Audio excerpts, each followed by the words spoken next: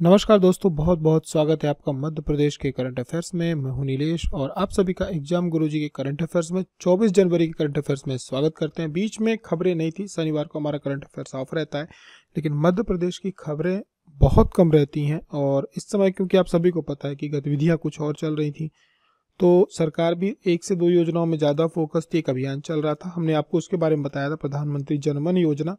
तो एमपी की 1 से 2 ही खबरें थी, जिसकी वजह से करंट अफेयर्स लेकर के नहीं आए थे। लेकिन क्योंकि 5 खबरें हमारा टारगेट रहता है, कई बार नहीं मिल पाती है उतनी, लेकिन 3 से कम रहती हैं तो दिक्कत जाती है थोड़ी सी। लेकिन हम कोशिश करें कि अब राष्ट्रीय अंतर्राष्ट्रीय खबरें हम ज़्यादा बढ़ाते हैं। जो एमपी की महत्वपूर्ण खबरें रहेंगी वही करेंगे। खबरें बहुत रहती हैं, लेकिन उनका हमारी परीक्षाओं से उतना संबंध नहीं रहता। सरकार के अभियान चलते रहते हैं, उन अभियानों को अलग अलग जिलों स्तर पे लागू किया जाता है, कार्यक्रम होते हैं, लेकिन उनका हमारे एग्जाम से कोई महत्व नहीं होता, तो इस वजह से उनको हम लेकर के नहीं आते।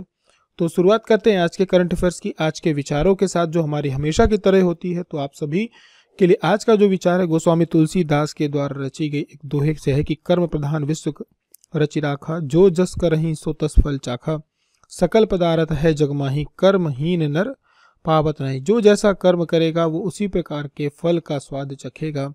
और इस धरती पर कुल मिलाकर के ये कहना चाहते हैं कि जो व्यक्ति कर्म से युक्त होता है वो वही इस धरती पर फल को, जो एक बोलते कर्म का फल पाने का हकदार होता है। आप जैसा कर्म करेंगे वैसा फल आपको मिलेगा। यदि आपके अच्छे कर्म अच्छे होंगे तो आपको अच्छा फल मिलेगा। तो इन्हीं शब्दों के साथ हम आगे बढ़ते हैं आज के करंट अफेयर्स की। और पहला प्रश्न जो हम सभी के लिए महत्वपूर्ण हो जाता है कि नागर, द्रविड़ और बेसर, ठीक है, यहाँ पर बात किसकी हो रही है? नागर, द्रविड़ और बेसर क्या है? तो ये जो है, ये एक प्रकार की भारतीय जो मंदिर होते हमारे, उनकी वास्तु की 3 मुख्य शैलियां हैं।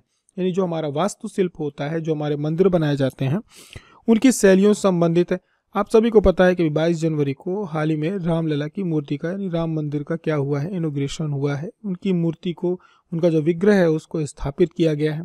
और इस मूर्ति का जो निर्माण किया गया है वो मैसूर के जो कलाकार हैं अरुण योगीराज, इनके द्वारा और 3 मूर्तियों को अभी निर्माण किया गया है। एक तो सुभाष चंद्र बोस की जो मूर्ति वहाँ पर लगी है विजय पथ में, कर्म पथ में। दूसरी है आपकी जो शंकराचार्य जी की मूर्ति केदारनाथ में लगी है, वो भी इनके द्वारा क्या की गई है, उकेरी गई है, बनाई गई है। अब ये जो मूर्तियां हैं, ये 3 अरब साल पुरानी जो चट्टानें हैं उनसे बनाई गई हैं। इन्होंने 51 इंच की इस मूर्ति का निर्माण किया है।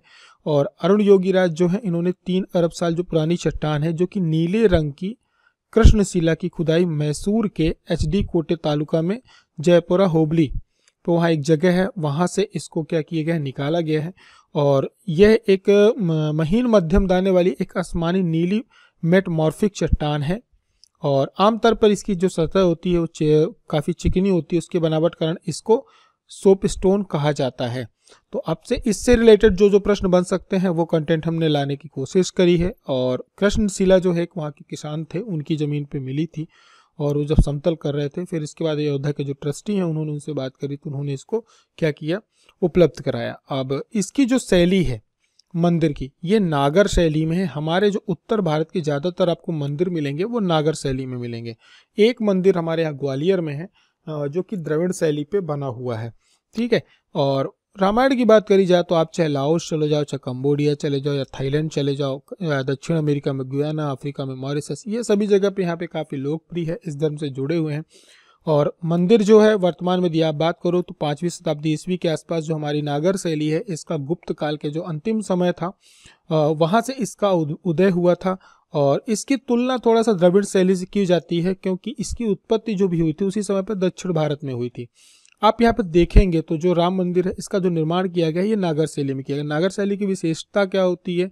तो इसका जो विशेषता होती है वो ये होती है कि इसकी आपको ये जो 4 स्तंभ मिलेंगे आपको, ये ठीक है, गुंबज मिलेगा, एक तो जो द्वार मिलेगा, ठीक है।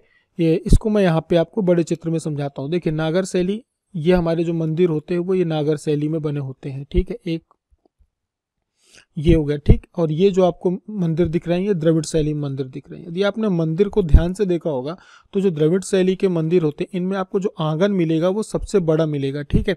और जो नागर शैली के मंदिर होते हैं इनकी विशेषता ये चबूतरा होता है, ये जो मंदिर होते हैं ये एक प्रकार के चबूतरे में होते हैं, और इनमें जो होता है ये जो क्षेत्र होता है ये गर्भगृह होता है, जहाँ पर क्या किया जाता है, जो ये पताका लगाया जाता है जहाँ पर गर्भगृह में, यहाँ पे जो मंदिर होते हैं, देव स्थान होते हैं, उनको स्थापित किया जाता है। देवता की जो प्रतिमा होती है वो गर्भगृह में होती है, और उसी के ऊपर पर्वत शिखर होता है जिसको शिखर दर्शन हम सभी बोलते हैं, शिखर दर्शन होते हैं। ये इनका विशेष पहलू होता है, और शिखर के नाम से हम सभी को जानते हैं कि जो पूरे का पूरा एक ब्रह्मांड होता है उसका चित्रण करता है। शिखर दर्शन के हमारे यहाँ विशेष महत्व होता है।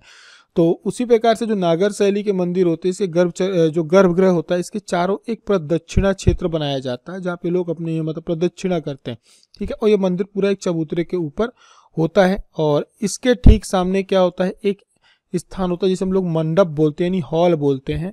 यहाँ पर से आप दर्शन करते हैं, गर्भगृह के दर्शन आप इस हॉल से कर लेते हैं, और इस पे अलग अलग प्रकार की, ठीक है, नक्काशी होती है, उसकी अलग तरह से व्यवस्था की जाती है। और जब आप दक्षिण के मंदिर पे जाएंगे, जो आप द्रविड़ शैली पे जाएंगे, तो आपको यहाँ पर शुरू में जो गेट मिलते हैं, ये इसकी विशिष्टता होती है कि एक हम लोग जिसको आमतौर पे बोलते हैं कि प्रवेश द्वार होता है, वो इसकी विशिष्टता होती है। आपको बहुत जल्दी आप इसमें गेस नहीं कर पाएंगे द्रविड़ शैली में कि मंदिर एक्चुअली में है कहाँ, क्योंकि जो इसके मुख्य द्वार होते हैं वही अपने आप में एक मंदिर के आकृति के बनाए जाते हैं। अंदर का जो आंगन होता है वो काफ़ी बड़ा होता है, ठीक है। इसके बाद बेसर शैली आती है, और ये आपको जो मिलेगी कृष्णा नदी के आसपास की, जो आपको वहाँ के आसपास के जो मंदिर मिलेंगे वो आपको बेसर शैली पे मिलेंगे। द्रविड़ शैली के ज़्यादातर दक्षिण के मंदिर आपको पूरे के पूरे द्रविड़ शैली में मिलेंगे। मंदिर का आंगन हो या इसका जो पूरा कॉरिडोर होता है बहुत बड़ा होता है, भव्य होता है। और आगे की तरफ बढ़ेंगे, बात करेंगे अगले प्रश्न की तरफ। आज का जो सबसे महत्वपूर्ण है दूसरा प्रश्न कि हाल ही में क्या हुआ है, जो कर्पूरी ठाकुर हैं इनको भारत रत्न की क्या दी गई है, इस उपाधि दी गई है, सम्मानित किया जाने वाला है। इसकी घोषणा सरकार के द्वारा की गई।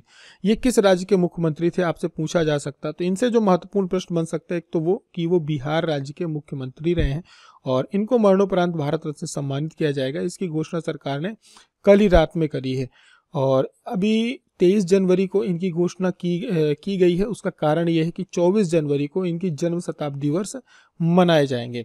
ये मुख्यमंत्री रहे हैं 1970 से 71 और 77 से 79, जब हमारे यहाँ जेपी का आंदोलन चल रहा था उस समय पे भी ये मुख्यमंत्री रहे हैं, और उसके पहले डिप्टी सीएम भी रहे हैं। लेकिन इन्हें क्या है, बिहार में सामाजिक न्याय का जो है मसीहा कहा जाता है। आप जो समाजवाद देखते हैं, जो समाजवादी पार्टियां हैं, समता पार्टी है, इन सब को जो नींव रखी गई थी वो कर्पूरी ठाकुर की विचारधाराओं पे रखी गई थी। इन्होंने समाजवाद पे काफ़ी जोर दिया था। फिर बाद में वह पार्टियां जो है विभाजित होती गई। तो बिहार में भी इन्होंने एक जो पिछड़ा वर्ग को आरक्षण की जो शुरुआत की गई थी वो कर्पूरी ठाकुर के द्वारा की गई थी। लेकिन साथ ही साथ इन्होंने पढ़ाई में अंग्रेजी की अनिवार्यता को भी समाप्त कर दिया था, और मैट्रिक तक की पढ़ाई को इन्होंने मुफ्त कर दिया था। उसके पीछे कहानी ये थी कि ये अपने गांव में, इनके गांव में उस वर्ष सिर्फ 2 ही लोग मैट्रिक पास हुए थे, और इनके गांव में जब इन्होंने मैट्रिक की पढ़ाई मुफ्त करी तो उस समय तक केवल 4 लोग थे जो कि मैट्रिक पास किए थे। तो इन सब वजहों को उन्होंने देखा था, और यहाँ तक की पढ़ाई को क्या किया था, शिक्षा को यहाँ तक कि मुफ्त कर दिया था। उर्दू को उन्होंने राज्य की भाषा का दर्जा दिया था, और साथ ही में अगड़ों की जो 3% जो आरक्षण का प्रावधान किया था महिलाओं के लिए किया था। 24 जनवरी को उनकी 100वीं जयंती मनाई जाएगी। इनका जो जन्म हुआ था समस्तीपुर के एक पितौजिया गांव है वहाँ पे हुआ था, और इसको आज की डेट में कर्पूरी ग्राम भी कहा जाता है। 1988 में इनके क्या कहते हैं निधन हुआ था, और ये बिहार के पहले गैर कांग्रेसी मुख्यमंत्री रहे हैं। 52 में इन्होंने पहला चुनाव जीता था जब मध्य प्रदेश का गठन नहीं हुआ था। तीसरी महत्वपूर्ण खबर है हैवीश्योर वैक्सीन। ये आपके पेपर के लिए बहुत महत्वपूर्ण हो जाती है, इसको आपको ध्यान में रखना है। ये जो है वर्तमान में हेपेटाइटिस ए बीमारी जो है, जो कि आपके लीवर से संबंधित है, और इसका बहुत हमारे यहाँ लीवर के बहुत सारे केसेस आ रहे हैं, तो उसके लिए इसकी खोज की गई है। और ये भारत में स्वदेशी रूप से विकसित पहली हेपेटाइटिस ए के लिए वैक्सीन है। हैवीश्योर इसका नाम है, और इसकी जो खोज करी है वो IIL ने की है, यानी इंडियन इम्यूनोलॉजिकल लिमिटेड के द्वारा की गई है, जो कि राष्ट्रीय डेयरी विकास बोर्ड की स्वामित्व वाली एक सहायक कंपनी यानी NDDB की, जिसकी स्थापना 1965 में की गई थी। हैवीश्योर वैक्सीन 2 खुराकों वाली होगी, और 12 माह से अधिक उम्र में दी जाएगी। दूसरी खुराक 6 माह के बाद दी जाएगी, यानी 1 साल में 2 वैक्सीन इसकी लगेंगी। और हेपेटाइटिस ए प्रभावित क्षेत्र हैं उनको ये टीका लगाया जाएगा। और हमारे यहाँ क्या है, वर्तमान में यदि आप बात करो तो हेपेटाइटिस ए का जो टीका है हमारे यहाँ अभी आयात किया जाता है, और कई बार इसकी हमें क्या होती है, बहुत इस समय वर्तमान में यदि आप देखोगे तो भारत में इस समय हेपेटाइटिस ए के बहुत मरीज निकल के आ रहे हैं। और हेपेटाइटिस ए जो है, ए वायरस जो है दूषित भोजन या पानी के सेवन या किसी संक्रमित व्यक्ति के संपर्क में आने से होता है, और यह यकृत संक्रमण है और वायरस के कारण होता है। और ये इसका आप देखें तो आपको जो लक्षण है, पेट की परेशानी होगी, गहरे रंग की पेशाब होगी, पीलिया होगी, पीलिया बहुत जल्दी होता है इसमें, और इसमें पेट की परेशानियां, मैंने आपको बताया था कि लीवर की बहुत ज़्यादा प्रॉब्लम होती है। तो इसके लिए सरकार के कई प्रोग्राम पहले से चल रहे हैं। 2030 तक इसमें एक अभियान चल रहा है, राष्ट्रीय वायरल हेपेटाइटिस नियंत्रण कार्यक्रम पहले से ही चल रहा है। इस बार के पेपर में भी आपसे पूछा गया था कि इसका कौन सा टीकाकरण वो नहीं है, योजना नहीं है सरकार की। भारत का सार्वभौमिक टीकाकरण कार्यक्रम पहले से चल रहा है, जो हेपेटाइटिस बी को भारत में यूआईपी के तहत शामिल किया गया है, जो मुफ्त टीकाकरण प्रोग्राम है। प्रश्न क्रमांक 4 में देखें तो किस राज्य के पैरासूट फील्ड अस्पताल को सुभाष चंद्र बोस आपदा प्रबंधन पुरस्कार के लिए चुना गया? किसी संस्था की बात हो रही, तो वो जो संस्था है वो उत्तर प्रदेश की संस्था है। उत्तर प्रदेश के लिए अभी क्या हुआ है, आपदा प्रबंधन के क्षेत्र में अच्छा कार्य करने के लिए जो उत्तर प्रदेश का 60 पैरासूट फील्ड हॉस्पिटल को सुभाष चंद्र बोस का आपदा प्रबंधन पुरस्कार 2024 के लिए चुना गया है। और आपदा प्रबंधन पुरस्कार की बात करी जाए तो जब सुभाष चंद्र बोस की जो जयंती होती है उस समय पे 23 जनवरी को इसकी बाकायदे घोषणा की जाती है, और हमारे यहाँ 23 जनवरी से 26 जनवरी तक प्रोग्राम भी चालू हो जाते हैं। इसमें 51 लाख रुपए का नगद पुरस्कार दिया जाता है। यदि किसी व्यक्ति को दिया जाता है तो 5 लाख रुपए का नगद पुरस्कार दिया जाता है। तो जो भारतीय सशस्त्र बल की जो वायु चिकित्सा इकाई है, इसकी जो स्थापना की गई थी उत्तर प्रदेश में 1942 में की गई थी, और यह भारतीय सशस्त्र बलों का एकमात्र वायु चिकित्सा प्रतिष्ठान है। और इसको जब जैसे अभी जो आपके क्या कहते हैं नेपाल में भूकंप आया था, वहाँ पर इन्होंने अपनी सेवाएं दी थी। प्राकृतिक आपदा होती है, कुछ भी होती है, तो उस समय पे ये हमारी सेना उपस्थित रहती है। प्रधानमंत्री के द्वारा अभी हाल ही में एक प्रोग्राम शुरू किया गया है, फिर से नए सोलर रूफटॉप कार्यक्रम शुरू किया गया। इसका नाम क्या रखा गया? तो इसका नाम जो रखा गया है प्रधानमंत्री सूर्योदय योजना। ये अयोध्या में मंदिर के उद्घाटन के जस्ट बाद ये प्रारंभ की गई योजना है, जिसका नाम इन्होंने प्रधानमंत्री सूर्योदय योजना रखा है। 22 तारीख को इसकी प्रधानमंत्री के द्वारा अध्यक्षता की गई थी। सरकार का जो ये पूरा का पूरा जो ये प्रोग्राम चलेगा, ये नवीन और नवीकरणीय ऊर्जा मंत्रालय के द्वारा चलेगा। 2023 तक सरकार ऊर्जा स्थापित जो है इनकी, यदि आप बात करो वर्तमान में भारत की क्षमता कितनी है, तो 73.31 गीगावाट तक है, और छत पर सौर ऊर्जा के लिए अतिरिक्त 11.8 गीगावाट की क्षमता को शामिल करना है। पूरी कुल सौर क्षमता के बारे में यदि आप बात करो तो राजस्थान सबसे आगे चल रहा है, ठीक है। और इसके बाद बात चलती है तो गुजरात दूसरे नंबर पर चल रहा है। छत पर सौर पैनल लगाने के मामले में भी गुजरात सबसे आगे है, महाराष्ट्र दूसरे नंबर पर है। और अंतर्राष्ट्रीय जो ऊर्जा एजेंसी यानी आईईए की बात करी जाए तो इन्होंने जो इनके आउटलुक के अनुसार भारत को अगले 30 वर्षों में दुनिया के किसी भी देश या क्षेत्र में ऊर्जा की मांग सर्वाधिक होगी, उस समय पे हमें पूर्ति करने के लिए सोलर एनर्जी का यूज करना बहुत जरूरी है। और इसका एक फायदा ये है कि इसके माध्यम से हम कार्बन उत्सर्जन को क्या कर सकते हैं, कम कर सकते हैं। और भारत का लक्ष्य है कि 2070 तक हमें शुद्ध शून्य पहुंचने का जो स्तर है वहां तक हमें पहुंचना है। और 2030 तक विशेषकर हमें अपने जो घरेलू उत्पाद है उसमें 45% तक हमें क्या करना है, पहुंचाना है। रूफटॉप सोलर प्रोग्राम 2014 में शुरू किया गया था। सरकार का लक्ष्य है कि 2026 तक 40 जीएम की छत पर सौर पैनल क्या किए जाए, स्थापित किए जाए। इसका दूसरा चरण वर्तमान में चल रहा है। आगे की तरफ बढ़ेंगे, बात करेंगे प्रश्न क्रमांक 6 की, जो कि मध्य प्रदेश से जुड़ा हुआ है। राष्ट्रीय बाल पुरस्कार 2024 से मध्य प्रदेश से किसे सम्मानित किया गया? तो जो मध्य प्रदेश से सम्मानित किया गया है मास्टर अविनाश तिवारी को किया गया है। और हमारे यहाँ के जो राष्ट्रपति हैं उनके द्वारा इनको सम्मानित किया गया राष्ट्रीय बाल पुरस्कार।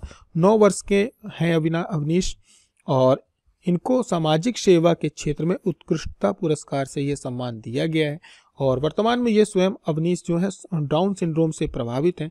7 वर्ष की आयु में इन्होंने माउंट एवरेस्ट के बेस कैंप में अच्छी ट्रेनिंग करी, सफल ट्रेनिंग करी थी।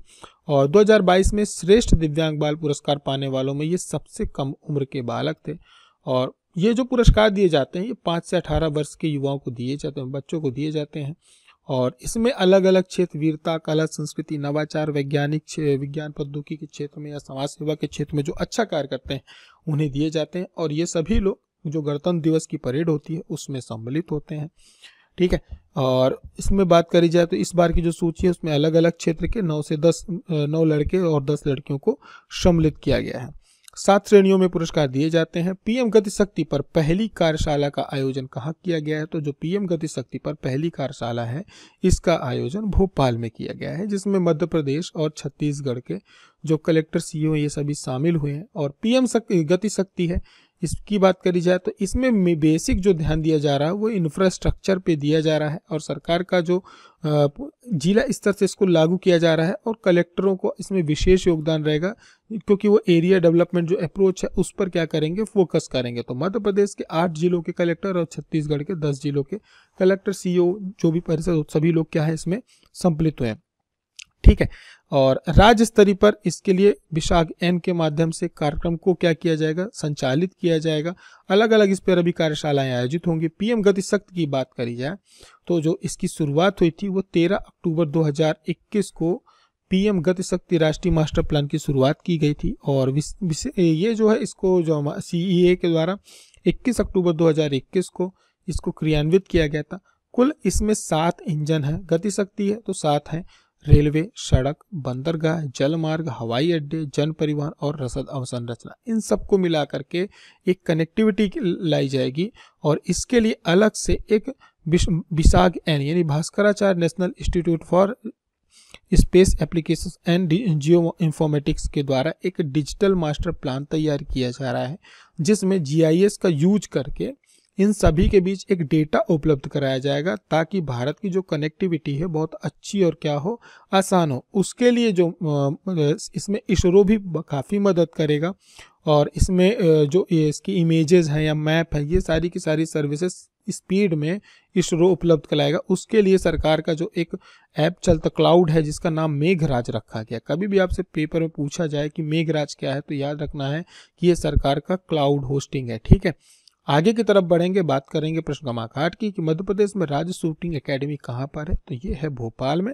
यहाँ पर एक स्पोर्ट्स के पहले भी एक्टिविटीज़ हो चुकी है। अभी हाल ही में क्या हुआ है, जो हमारे मध्य प्रदेश के वर्तमान खेल मंत्री हैं शारंग, इन्होंने यहाँ का निरीक्षण किया था और यहाँ पर स्पोर्ट्स एक्टिविटीज़ होने वाली हैं जिसको लेकर के उन्होंने उसका निरीक्षण किया और शूटिंग रेंज का विशेष जो उसकी सर्विसेज हैं उसको उन्होंने देखा था, जाँच किया था। और साथ ही में क्या है, यहाँ पर पहले भी पिछले बार ही 2023 में पिस्टल वर्ल्ड कप का आयोजन किया गया था और यहाँ पर एक तरह से आप एक बुलेट क्रशर मशीन लगी हुई है मध्य प्रदेश राज्य शूटिंग एकेडमी में, जो भारत की पहली बुलेट क्रशर मशीन है।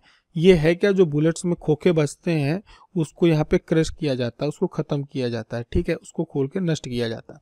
प्रश्न क्रमांक 9 में बात करें तो अभी हाल ही में मध्य प्रदेश में किसका जन्म शताब्दी वर्ष मनाया गया है? 2 व्यक्तित्व हैं, एक तो कुमार गंधर्व हो गए, इनका नाम याद रखना है, दूसरा आपको तानसेन का नाम याद रखना है क्योंकि वो वर्ष 2024 का दिसंबर है, ठीक है। ये इनके लिए महत्वपूर्ण है आपको, ठीक है, क्योंकि इस बार का जो तानसेन समारोह है वो विशेष है। दूसरा कुमार गंधर्व, इनकी जन्म शताब्दी वर्ष मनाया जा रहा है तो इनके बारे में थोड़ा सा पढ़ करके रखना है। और कुमार गंधर्व का कार्यक्रम चल रहा था, कहाँ आयोजित किया जाता है? देवास में आयोजित किया जाता है। इनका जो मूल नाम है वो शिवपुत्र सिद्धारमैया कोमकली है और इनका जो उपनाम रखा गया है, जो उनको जिस नाम से इन्हें पुकारा जाता है वो संगीत का कबीर इनको बोला जाता है। उसका कारण ये है कि बीच में इनकी तबीयत खराब हुई थी, तपेदिक हुआ था, तो इन्हें गाने में ये बहुत महारत थे अपनी बहुत ही कम उम्र में, लेकिन बाद में क्या हुआ, इन्हें तपेदिक हो गया तो इन्हें बोलने के लिए भी मना कर दिया था। तो इन्होंने मौन में ही संगीत की साधना करी थी और कबीर को कई बार पढ़ा था। फिर उसके बाद जब इन्होंने गायन प्रारंभ किया तो कबीर के ही इन्होंने दोहे गाए थे और सबसे ज़्यादा बहुत ही सुंदर दोहे इन्होंने गाए थे। इनका जन्म 8 अप्रैल 1924 को कर्नाटका के सुलेभावियानी बेलगांव में हुआ था।